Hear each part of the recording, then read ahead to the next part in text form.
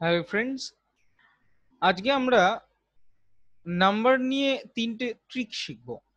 WBCS, railways NTPC, CGL, CHSL ইত্যাদি পরীক্ষাগুলোতে number নিয়ে অনেক ছোট ছোট ট্রিকি অঙ্ক আসে, যে অঙ্কগুলো হয়তো চর্চা করা থাকলে পরীক্ষার হলে করতে 30 সেকেন্ড মতো সময় লাগে, তার বেশি সময় লাগার কথা না।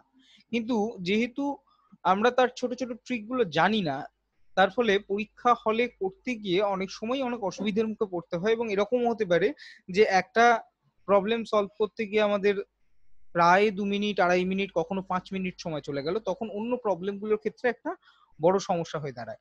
সেইটা যাতে না হয় আমরা ছোট ছোট কিছু ট্রিক শিখে রাখতে পারি। এবং ক্যালকুলেশন করার ক্ষেত্রে সিজিএল এ যেমন, ইভেন ডাব্লিউবিসিএস এও বেশ কিছু ক্যালকুলেশনের ম্যাথস দেয়, বা আহ, এরকম একটা প্রবলেম চলে এলো যেখানে আমাকে একটা সুইফট ক্যালকুলেশন করতে হবে, খুব ফাস্ট একটা ক্যালকুলেশন করতে হবে, কিন্তু সেই ট্রিকটা না জানা থাকার কারণে আমার 1.5 মিনিট 2 মিনিট অতিরিক্ত চলে গেল, যেটা আমার বাকি পরীক্ষায় কিন্তু ক্ষতি করলো। সেই জিনিসগুলো যাতে না হয় তার জন্য আমরা তিনটে ছোট ট্রিক আজকে শিখবো। ধরা যাক একটা প্রশ্ন দিয়ে শুরু করি। একটা খুব কমন প্রশ্ন, সিজিএল এ এসেছিল 1 বছর, ডাব্লিউবিসিএস এও এসেছিল 1 বছর। কোয়েশ্চেনটা হলো 1357 এই এর যে রেজাল্ট হবে তার লাস্ট ডিজিটটা কি হবে। Very common question, very tricky question. এবং এই প্রশ্নটার উত্তর করতে গেলে আমাদের একটু ঘুর পথে ভাবতে হবে, একেবারে সোজা পথে ভাবলে কিন্তু এটার উত্তর করা সম্ভব নয়। দেখা যাক, 1357 মানে কি আমরা সকলে জানি। 1357 মানে 1357, and the last digit would be 7। যদি 1357 স্কোয়ার বার করা হয় টু দি পাওয়ার 2, তার মানে 1357 কে 1357 দিয়ে গুণ করা, 7 into 7, the last digit will become 9।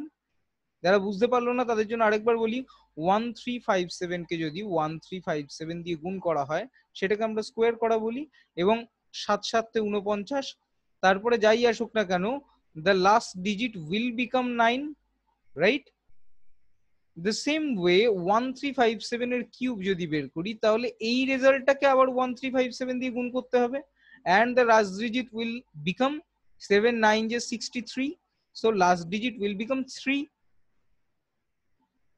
একইভাবে যদি আমরা 1357 বের করি তাহলে আমরা দেখতে পাবো লাস্ট ডিজিট হবে 3 × 7 = 21, অর্থাৎ 1।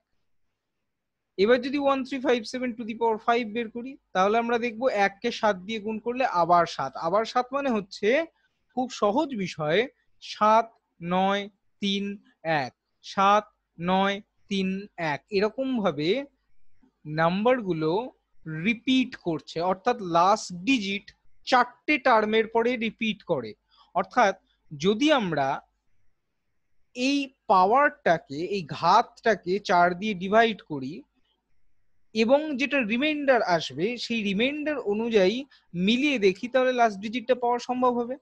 ধরা যাক এটাকে আমরা যদি 4 দিয়ে ভাগ করি, আমরা দেখতে পাবো 4 5 20, এখানে 34 পড়ে থাকে, এবং 4 8 32 যদি পুট করা যায় তাহলে রিমাইন্ডার হিসেবে পড়ে থাকছে 2। যেহেতু 2 পড়ে থাকছে, we will go with the second option, অর্থাৎ 2 এর পাওয়ারে যত রিমাইন্ডার থাকতো এখানেও তত রিমাইন্ডারই থাকবে, তত লাস্ট ডিজিটটাও সেটাই হবে। অর্থাৎ যদি এখানে 1 আসতো 2 এর জায়গায় তাহলে আমরা বলতে পারতাম শেষ ডিজিটটা হচ্ছে 7। যদি এখানে 0 আসতো তাহলে আমরা বলতে পারতাম শেষ ডিজিটটা হচ্ছে 1। তার কারণ 0 মানে হচ্ছে 4, 4কে 4 দিয়ে ভাগ করা যায়। সুতরাং এটা হচ্ছে সব থেকে সহজ ট্রিক, এবং এখানে আমরা ইজিলি বলতে পারি এই কোয়েশ্চেনটার অ্যান্সার হবে 9। যদি এটা 235 থাকতো তাহলে আমরা ইজিলি বলতে পারতাম এটার অ্যান্সার হতো 3। এটা হচ্ছে একটা খুব কমন ট্রিক, পরীক্ষায় মাঝে মাঝে আসে। এই ট্রিকটা আমাদের জেনে রাখা ভালো। পরীক্ষায় যদি কখনো এই জাতীয় প্রবলেম আসে, এটা সলভ করতে খুব বেশি হলে 30 সেকেন্ড লাগবে, তার বেশি কিন্তু সলভ করতে সময় লাগবে না। আরেকটা খুব ইম্পর্টেন্ট জিনিস হলো দু অঙ্কের সংখ্যার স্কোয়ার বের করা। আমরা স্কোয়ার সকলেই বের করতে পারি, কিন্তু দু অঙ্কের সংখ্যার স্কোয়ার খুব তাড়াতাড়ি বের করতে হলে আমাদের কি করতে হবে, খুব ইম্পর্টেন্ট একটা ব্যাপার। কারণ দু অঙ্কের সংখ্যার স্কোয়ার মানে, ধরা যাক যদি 76 স্কোয়ার বের করতে বলা হয় তাহলে আমাকে 76 কে 76 দিয়ে গুণতে করতে হবে, হুইচ উইল টেক টাইম। খুব স্বাভাবিকভাবে অনেকটা সময় লাগবে। সো এখানে আমরা দুটো পদ্ধতি অবলম্বন করব। ধরা যাক একটা পদ্ধতি হচ্ছে, ধরা যাক আমরা ৭৬ স্কোয়ার বের করব, এবং ধরা যাক আরেকটা পদ্ধতিতে আমরা ৮৫ স্কোয়ার বের করব। এই পদ্ধতিটাতে স্কোয়ার বের করার যে প্রসেসটা আমি বলবো, খুব ভালো করে খেয়াল করা যাক। লাস্ট ডিজিট ৬, ফার্স্ট ডিজিট ৭, ৬-এর স্কোয়ার হচ্ছে ৩৬ এবং ৭-এর স্কোয়ার হচ্ছে ৪৯। আমরা পাশাপাশি ৩৬ এবং ৪৯-কে বসিয়ে দেবো এবং এই দুটো ডিজিটের সাথে ২০ গুণ করে দেবো। তাহলে আমরা দেখতে পাবো কি না, ২০ গুণ করলে কত রেজাল্ট আসছে, ৬-৭-এ ৪২ গুণ ২০ ৮৪০। এই ৮৪০-কে আমরা এর সাথে যোগ করে দেবো। এইটুকু মুখোমুখি করা যায় এবং করলে আমরা দেখতে পাবো রেজাল্ট আসছে 5776, and this is the square of 76. You don't have to perform the multiplication. এত কঠিন গুণ করতে হবে না, তার থেকে অনেক সহজে এই গুণগুলো মুখোমুখি হয়ে যায়। যোগটা করতে খুব বেশি হলে 10 সেকেন্ড সময় লাগা উচিত, ম্যাক্সিমাম 20 সেকেন্ডের মধ্যে আমরা এই স্কোয়ারটা বের করতে পারবো। আরো সহজ যদি শেষ ডিজিটটা 5 থাকে, তার পদ্ধতি হলো 5 স্কোয়ার হচ্ছে 25, আর আগের যে ডিজিটটা আছে তার সাথে আমি তার পরের ডিজিটটাকে গুণ করে দেবো। 8-এর পরের ডিজিট 9, সো 9-8-72, আমরা এখানে 72 বসিয়ে দেবো। This is the square. The same way 45-এর স্কোয়ার যদি বের করতে হয়, আমরা চোখ বন্ধ করে বলতে পারি এখানে 25 আর এখানে 4-5-এ 20, তার মানে স্কোয়ার হচ্ছে 2025। খুব সহজে এই পদ্ধতিগুলো ইউজ করে আমরা কিন্তু পরীক্ষার হলে অনেক সময় জটিল ক্যালকুলেশন থাকলে এই স্কোয়ার করার পদ্ধতি হিসেবে এই পদ্ধতিটাকে আমরা ব্যবহার করতে পারি। এটা খুবই হ্যান্ডি একটা পদ্ধতি এবং খুবই কম সময় লাগে এই পদ্ধতিতে অঙ্কগুলো করতে। পরীক্ষার হলে আরো এক ধরনের প্রশ্ন, আরো এক ধরনের ক্যালকুলেশন করতে খুব সমস্যা তৈরি হয়, সেটা হচ্ছে বর্গমূল করা, স্কোয়ার রুট বের করা। বিশেষ করে 4 অঙ্কের বা 5 অঙ্কের সংখ্যার স্কোয়ার রুট বের করা। আমি বরং আজকে দেখাই যে 4 অঙ্কের এবং 5 অঙ্কের সংখ্যার স্কোয়ার রুট কিভাবে বের করা যায় অত্যন্ত সহজে। Let us take 2 examples. একটা 4 অঙ্কের সংখ্যা নিই, ধরা যাক 7056 একটা 4 অঙ্কের সংখ্যা, এবং একটা 5 অঙ্কের সংখ্যা নিই, ধরা যাক 16641, এটা হচ্ছে একটা 5 অঙ্কের সংখ্যা। এই দুটোর বর্গমূল বের করার আগে আমি একটা খুব ইম্পর্টেন্ট কনক্লুশন টানতে চাই। সেটা হলো, যদি 1-এর স্কোয়ার করি তাহলে কত পাবো, 1 লাস্ট ডিজিট, 2-এর স্কোয়ার 4 লাস্ট ডিজিট 4, 3-এর স্কোয়ার 9, সো লাস্ট ডিজিট 9, 4-এর স্কোয়ার 16 লাস্ট ডিজিট 6, 5-এর square 25 last digit 5, 6 square 36 last digit 6, 7 square 49 last digit 9, 8 square 64 last digit 4 এবং 9 স্কোয়ার 81 লাস্ট ডিজিট 1।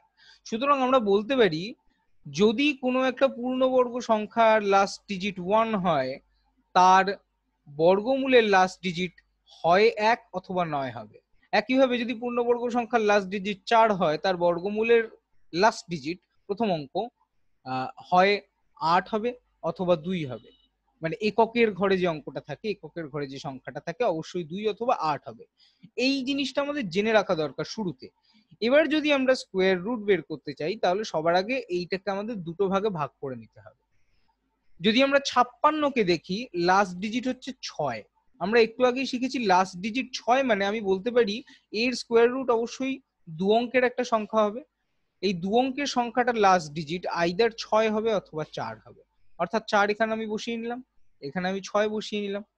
এইবার যদি আমরা এই 70-কে ফলো করি, আমরা দেখতে পাবো যদি 80 স্কোয়ার হতো, দ্যাট উড বি 6400, কিন্তু 7056 6400 থেকে বেশি। আর যদি 90-এর হতো তাহলে দ্যাট উড বি 8100, যেটা 7056 যার থেকে অনেক কম। সুতরাং অবশ্যই এই নাম্বারটা 80 থেকে 90-এর মধ্যে হবে। আমরা অবশ্যই এখানে 8 বসিয়ে দিতে পারি। এবং নাও দ্য থিং ইজ, পূর্ণবর্গ বর্গমূল তাহলে কত, 84 না 86? This is very important thing.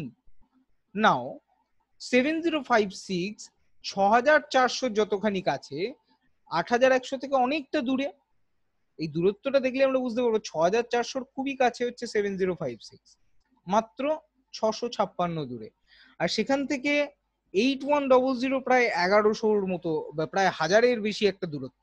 সুতরাং আমরা ইজিলি বলতে পারি this is more close two 80 and এই দুটোর মধ্যে কোনটা 80-র খুব কাছাকাছি? অবশ্যই 84। সুতরাং চোখ বন্ধ করে আমরা বলতে পারি √7045 will be 84। The same way এখানে যদি আমরা দুটো ভাগে ভাগ করি, এক এক মানে হচ্ছে 1 অথবা 9, আমরা বলতে পারি যে লাস্ট ডিজিট অবশ্যই 1 অথবা 9। এবার যদি আমরা দেখি 12 স্কোয়ার 144, এটা 166। 13 স্কোয়ার 169, এর থেকে বেশি, সুতরাং এখানে 12 বসবে, এটা বোঝাই যাচ্ছে। তার মানে 121 অথবা 129। Now it is more close to 166 কিন্তু 169-এর কাছাকাছি, 144-এর কাছাকাছি নয়। সুতরাং 13-র কাছাকাছি কি, 130-এর কাছাকাছি কি 129। So this will be the square root of this particular number. 121 কিন্তু স্কোয়ার রুট হবে না। এই হচ্ছে স্কোয়ার রুটের ট্রিক। একটু আগে আমি স্কোয়ার করার ট্রিক শিখিয়েছি এবং তার আগে একটা ছোট্ট ট্রিকি এক্সাম্পল আমরা দেখে নিয়েছি। আজকের মতো এইটুকুই। আরো বেশি ট্রিক এবং এক্সাম্পল জানার জন্য এই পেজের সঙ্গে থাকুন, সাবস্ক্রাইব করুন, কমেন্ট করুন, কোনো ডাউট থাকলে অবশ্যই আমাদের পক্ষ থেকে আপনাদের জানানো হবে। ধন্যবাদ।